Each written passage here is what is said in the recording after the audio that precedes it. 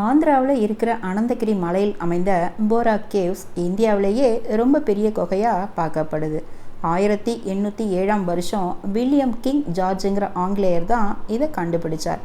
குகையோட டெப்த்தை பார்த்தீங்கன்னா 260 அடி. கோஸ்தனிங்கிற ஆறு இங்கேருந்து தான் உருவாகுது. குகை உள்ளேயே ஒரு அழகான சிவன் கோவில் இருக்குங்க. இங்கே இருக்கிற பாறை சுண்ணாம்பு பாறை. குகை மேலேருந்து வர தண்ணி பாறை மேலே பட்டு ஸ்டாலசைட்ங்கிற படிமம் ஃபார்ம் ஆகுது. அதே தண்ணி பாறையின் கீழே பட்டு ஸ்டாலக்மைட் உருவாகுது. இதெல்லாம் பார்க்குறதுக்கு அவங்கவுங்க கற்பனைக்கு ஏற்ற மாதிரி சிவன் பார்வதி, அம்மா குழந்தை, ஹியூமன் பிரெயின், முதலை மாதிரி தெரியுதான்.